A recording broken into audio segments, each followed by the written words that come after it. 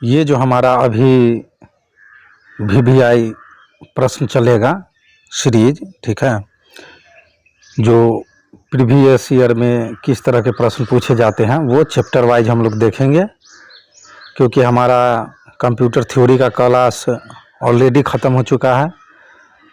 Computer MCQ भी है हमारा, हम लोगों ने काफ़ी सारा MCQ देखा है जिसमें प्रश्न भर भर के आप लोगों के सामने लाए गए, जो कि आप लोग के एग्ज़ाम के दृष्टिकोण से महत्वपूर्ण थे। अभी जो हमारा सीरीज चलेगा या वो प्रीवियस ईयर वाला चलेगा, जो पहले के एग्ज़ाम में पूछे गए हैं प्रश्न, उस पर हम लोग देखेंगे जो पहले किस तरह के प्रश्न पूछे गए हैं, ठीक है, चैप्टर वाइज किस तरह से प्रश्न पूछे गए हैं। तो चलिए बिना देरी किए हुए शुरू करते हैं हम लोग अपने आज के इस क्लास को, जो कि है हमारा प्रीवियस ईयर का जो भी क्वेश्चन है उसको हम लोग देखेंगे और उसका ऑपरेशन करके समझेंगे जो चैप्टर वाइज किस तरह से प्रश्न पूछे जाते हैं, ठीक है। ये सारे प्रश्न जो है आपके कंप्यूटर पर आधारित जानकारी के लिए और एग्ज़ाम के लिए भी काफ़ी महत्वपूर्ण है। तो चलिए बिना देरी किए हुए शुरू करते हैं हम लोग अपने आज के पहले प्रश्न को। हमारा पहला प्रश्न कह रहा है कि वह इलेक्ट्रॉनिक डिवाइस जो डाटा को स्वीकार करती है, डाटा प्रोसेस करती है तथा आउटपुट उत्पन्न करती है और परिणामों को भविष्य के लिए स्टोर करती है, क्या कहलाती है? तो वह जो है हमारा कंप्यूटर कहलाता है। और यह प्रश्न जो है हमारा SBI क्लर्क 2012 में पूछा भी गया है, ठीक है। चलिए दूसरा प्रश्न हमारा जो है वह कह रहा है कि आपके कंप्यूटर का प्रत्येक घटक या तो हमारे कंप्यूटर का जो प्रत्येक घटक होता है वो हार्डवेयर होता है या सॉफ्टवेयर होता है, ठीक है। और यह प्रश्न जो है हमारा वह IOB क्लर्क 2011 और PNB क्लर्क 2011 में पूछा गया है। चलिए प्रश्न संख्या हमारा 3 कह रहा है कि कंप्यूटर के बुनियादी कार्य है। तो वो हमारा प्रश्न कह रहा है कि कंप्यूटर के बुनियादी कार्य कौन कौन से हैं या क्या है? तो कंप्यूटर के बुनियादी कार्य जो है वह यह है कि वह डाटा को स्वीकार करता है, डाटा को सूचना में प्रोसेस करता है, डाटा और सूचना को स्टोर करता है और सूचना का विश्लेषण करना, ये सभी जो है कंप्यूटर के बुनियादी कार्य हैं, ठीक है। और यह प्रश्न हमारा IBPS क्लर्क 2000 ये IBPS क्लर्क में पूछा गया है, ठीक है। चलिए प्रश्न संख्या हमारा 4 कह रहा है कि इनपुट के कंप्यूटर प्रोसेसिंग का परिणाम होता है। तो जी हाँ, कंप्यूटर इनपुट के प्रोसेसिंग का जो परिणाम होता है वह आउटपुट हमेशा होता है, ठीक है। और ये प्रश्न भी हमारा PNB क्लर्क 2011 में पूछा गया है। चलिए हमारा प्रश्न संख्या 5 कह रहा है कि कंप्यूटर प्रोसेस का बुनियादी लक्ष्य है, ठीक है। तो कंप्यूटर जो है उस प्रोसेस का उसका बुनियादी लक्ष्य है डाटा को जो है सूचना में बदल देना है। जी हाँ, डाटा को सूचना में बदल देता है यह। और यह प्रश्न भी हमारा 2010 और IBPS क्लर्क 2011, 2013 में पूछा गया है, ठीक है। काफ़ी महत्वपूर्ण है ये सारे प्रश्न, क्योंकि ये ऐसे प्रश्न ही बार बार पूछे जाते हैं। ज़रूरी नहीं है जो एक प्रश्न जो पूछ लिया अभी वो दोबारा नहीं पूछेगा, पूछ भी सकता है, इसलिए आप लोग को सारे प्रश्नों पर कमांड होना चाहिए। चलिए हमारा प्रश्न संख्या 6 कह रहा है कि कंप्यूटर डाटा एकत्र करते हैं, जिसका अर्थ है कि वे प्रयोक्ता को, तो कंप्यूटर जो है डाटा को एकत्र करते हैं, इसका मतलब है डाटा इनपुट करने देते हैं, ठीक है। यानी कोई भी कंप्यूटर जो डाटा को एकत्र करता है उसका अर्थ है कि वह डाटा को जो है इनपुट करने देता है, ठीक है। और यह प्रश्न हमारा IBPS क्लर्क 2012 में पूछा गया है, ठीक है। चलिए हमारा प्रश्न संख्या 7 कह रहा है कि कंप्यूटर का प्रमुख कार्य है। तो कंप्यूटर का प्रमुख कार्य जो है वह यह है कि डाटा या सूचना का विश्लेषण करना, उसे प्रोसेस करना तथा स्टोर करना है, ठीक है। कंप्यूटर का जो है यह मुख्य कार्य है, डाटा का विश्लेषण करना, सूचना का विश्लेषण करना, उसका प्रोसेस करना, उसको स्टोर करना, यह सभी जो है कंप्यूटर का कार्य है, ठीक है। चलिए हम लोग अपने अगले प्रश्न की ओर बढ़ते हैं। प्रश्न संख्या 8 कह रहा है कि अर्थपूर्ण ढंग से व्यवस्थित या प्रस्तुत किए गए डाटा को कहते हैं। तो अर्थपूर्ण ढंग से व्यवस्थित या प्रस्तुत किए गए डाटा को हम लोग सूचना कहते हैं। ठीक है, और यह प्रश्न हमारा IBPS क्लर्क 2017 में पूछा गया है। काफ़ी महत्वपूर्ण प्रश्न है सब आप लोग के एग्जाम के दृष्टिकोण से, क्योंकि अभी जो हमारा सीरीज चलेगा वो सारे प्रीवियस ईयर का सीरीज चलेगा, जो किस तरह के प्रश्न एग्जाम में पूछे जाते हैं। चलिए, हमारा प्रश्न संख्या 9 कह रहा है कि नॉन न्यूमेरिक डाटा का उदाहरण है। तो नॉन न्यूमेरिक डाटा का उदाहरण है कर्मचारी का पता। जी हाँ, एड्रेस जो होता है वह हमारा नॉन न्यूमेरिक डाटा का उदाहरण होता है। ठीक है, और ये हमारा सिंडिकेट बैंक 2010 के एग्ज़ाम में पूछा गया है। चलिए आगे बढ़ते हैं हम लोग अपने प्रश्न संख्या 10 की ओर। प्रश्न संख्या 10 कह रहा है कि कंप्यूटर डाटा को मैनिपुलेट करता है जिसे कहते हैं, तो उसे हम लोग प्रोसेसिंग कहते हैं। ठीक है, कंप्यूटर जो डाटा को मैनिपुलेट करता है उसे हम लोग प्रोसेसिंग कहते हैं। ठीक है, और यह प्रश्न हमारा PNB क्लर्क 2011 में पूछा गया है। प्रश्न संख्या 11 हमारा कह रहा है कि कंप्यूटर प्रोसेस द्वारा इन्फॉर्मेशन में परिवर्तित करता है। तो कंप्यूटर प्रोसेस द्वारा इन्फॉर्मेशन में जो है परिवर्तित करता है किसको? डाटा को करता है। ठीक है, और यह प्रश्न हमारा SBI क्लर्क 2009 में पूछा भी गया है। ठीक है, हमारा प्रश्न संख्या 12 कह रहा है कि डाटा कच्चे तत्वों का अर्थहीन निरूपण है, जबकि अर्थपूर्ण रूप से व्यवस्थित डाटा है। ठीक है, प्रश्न एक बार फिर से समझिएगा। डाटा जो है कच्चे तत्वों का अर्थहीन निरूपण है, जबकि सूचना जो है वह अर्थपूर्ण रूप से व्यवस्थित डाटा है। ठीक है, और यह प्रश्न हमारा SBI क्लर्क 2014 में पूछा गया है। चलिए आगे बढ़ते हैं प्रश्न संख्या 13 की ओर।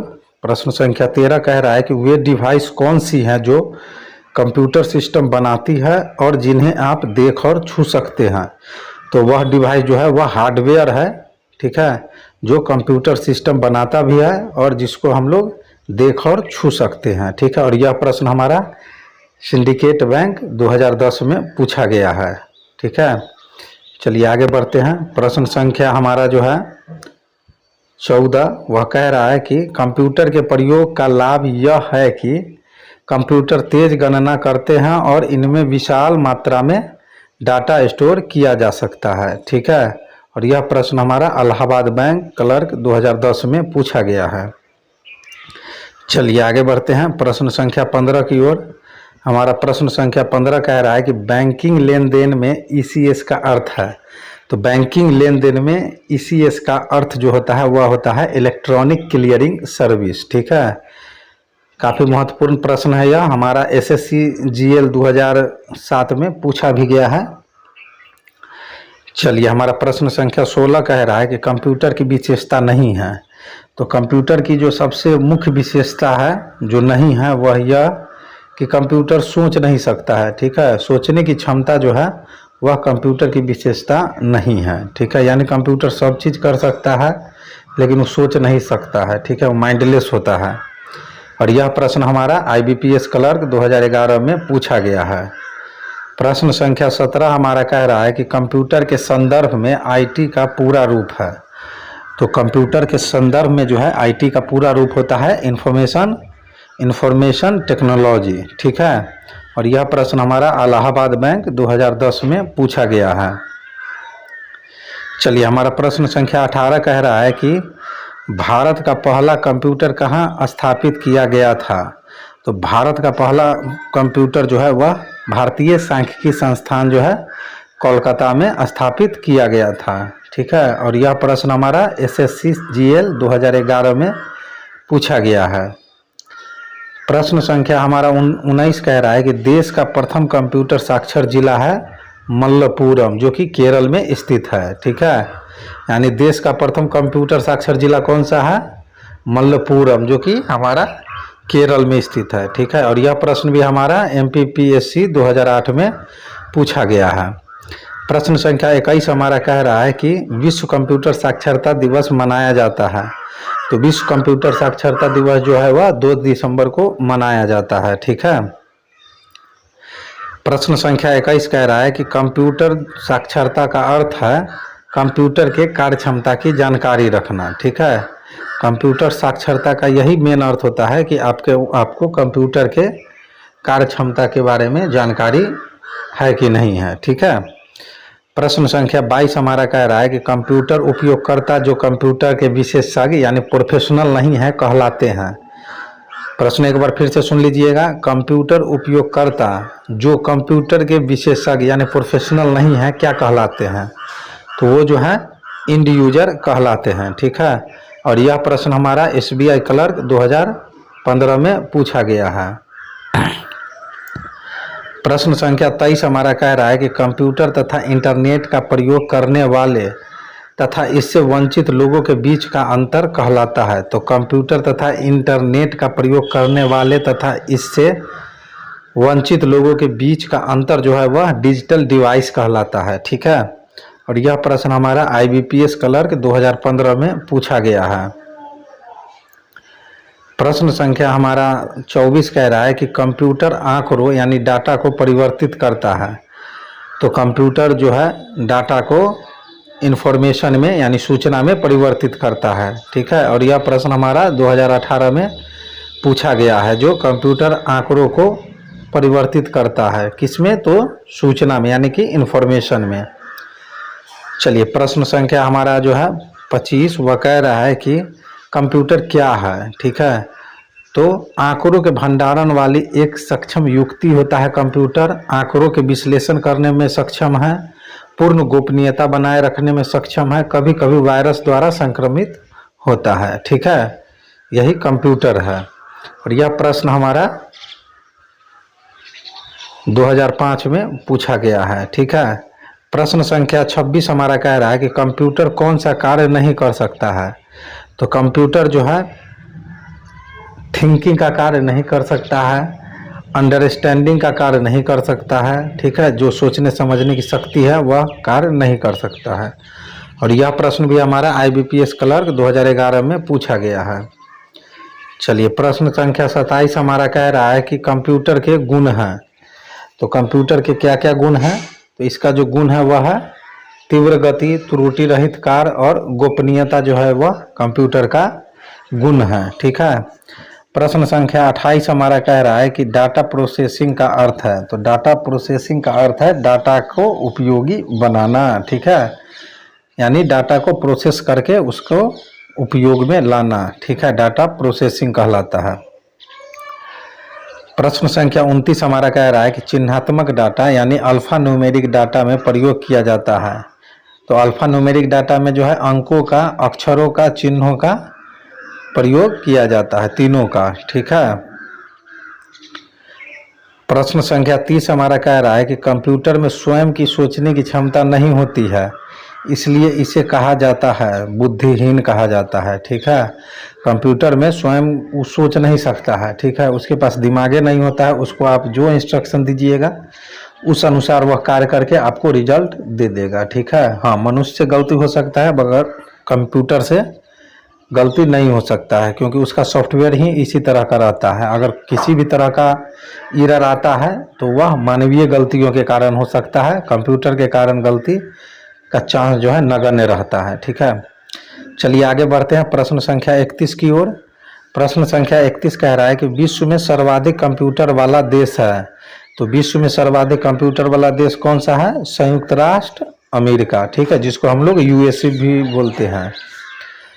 प्रश्न संख्या 32 कह रहा है कि कंप्यूटर प्रोसेस द्वारा इंफॉर्मेशन में परिवर्तित करता है।